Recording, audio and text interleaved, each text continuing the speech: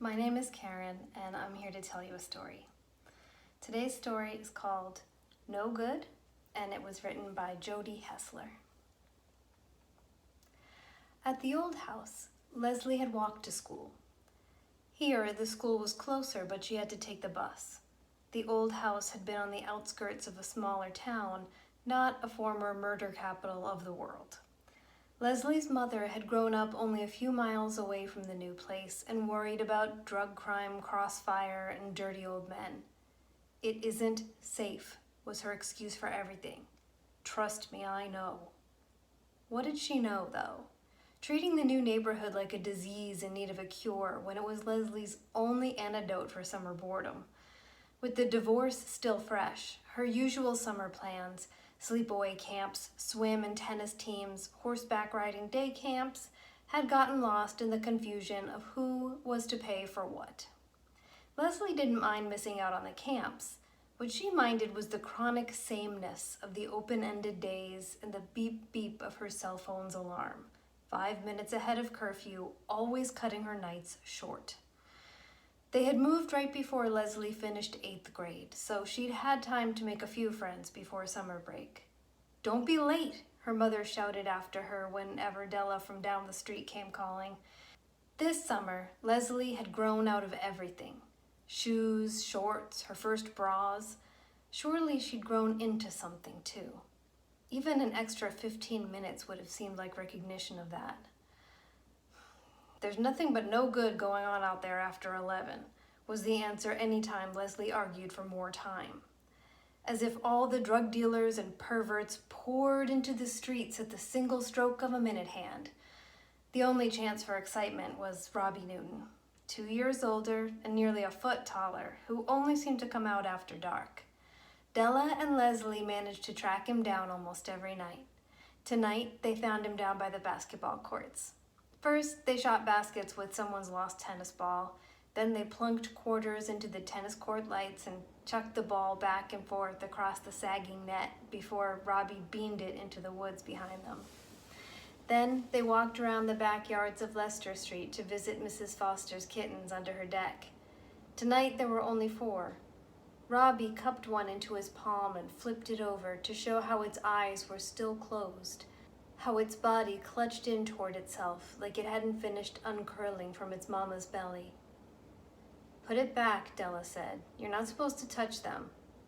"Who says?" Robbie said. "Who says you can?" Leslie watched the tone of Della's voice register on Bobby's face, a tremor of skin under one eye. "Anyway," Della said, "I think it's something about smell. They kittens have to smell right to their mother." The kitten looked fragile in Robbie's big hands, but if they annoyed him, he wouldn't hang out with them anymore. "I've never heard that," Leslie said, and she hadn't, but she felt queasy until he nestled the kitten back where it belonged. The humid air clung to their skin as they rounded back toward the tennis courts. The timer for the lights ticked the last of their quarter's minutes away. Mosquitoes nattered at their ears and noses. Moths and gnats thronged at the lights, banging for their share of brightness. A little after 10, Robbie led them all into the woods behind the tennis courts. He and Leslie matched strides along the narrow path. The bristle of his arm hair against hers sent a thrill through her. The last of the evening's lightning bugs blinked on and off, flashing bright halos of light into the thickening dark. Robbie quickened his pace. Rushing after him, Leslie almost lost her footing on a rock. "You can't even see poison ivy this way," Della said somewhere behind them. Then a thump. "Shit, you can't see tree roots either." Robbie's arm brushed Leslie's again. She hadn't realized she'd caught up with him or that he was lurking so near her in the dark. Her body buzzed with the shape of his presence beside her. "I'm going back," Della said. "Oh, don't go," Robbie said, his voice flat and sarcastic. In the shadows beside Leslie, he leaned toward her and whispered, "Really, don't go. I want to show you something." Della fumbled her way back up to her feet and brushed dirt from her shorts. The tennis court lights still winked through the trees in the distance, enough to guide her back out of the woods. "You don't have to come with me," Della said. Robbie slipped his hand into Leslie's and rooted her in place. Della was Leslie's first friend here, and she knew she should go with her. But Robbie's hand radiated heat all the way up her arm and down into her belly. "Are you sure you can get home okay?" Leslie asked, and she let Della walk away alone. Then Robbie pulled her toward the deeper woods. After a dogleg in the path, Leslie couldn't see the lights behind her anymore. She hoped they stayed lit long enough for Della to find her way out. The only noises were bugs and frogs, and farther away, cars. Robbie tugged, and they started running, twigs breaking underfoot, low-hanging branches scraping their arms and faces. Leslie didn't mind the scratches, with Robbie's hand pulsing in her own. This was what she'd been waiting for. She imagined getting to whatever spot he was dragging them to and what his body would feel like pressing against hers. Her lips felt cracked and dry all of a sudden, and her tongue too thick in her mouth. What if she didn't know what to do when he kissed her? Where to put her tongue, her hands?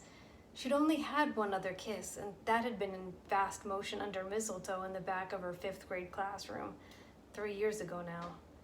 Like a warm little slug pushing in and out of her mouth. The rest of the class had already gone outside for recess. She left the room embarrassed, but with her heartbeat pounding in her ears. Running now made her heartbeat louder and faster too, made her breath come short. Robbie jerked them to a stop at a cluster of vines and trees. Inside the thicket, fallen branches leaned toward each other, making a twiggy tent. A string hung down from the opening, and a rag swayed from it in the middle of the air. This was what he wanted to show her? A child's fort with a wilted flag? A creek flowed with a noise like wind chimes beyond a row of scrubby bushes behind them. The moon had just begun to rise, huge and brilliant, and the waving rag flared white in its bright sudden light. Robbie made a low noise, like a laugh. That was when Leslie recognized the rag for what it was, the missing kitten from Mrs. Foster's backyard. A breeze surged with the smell of wet earth from the creek and rocked the dead kitten back and forth. She wanted to run, but Robbie's hand clamped her in place. He sneered in the silver light as if he were waiting for questions to dawn on her. Why would he do such a thing? Why would he show her? What would he do next? Leslie's phone beeped twice. Robbie jumped at the quick, shrill blasts, and she took the chance to yank her hand from his. "My mom will kill me if I'm late."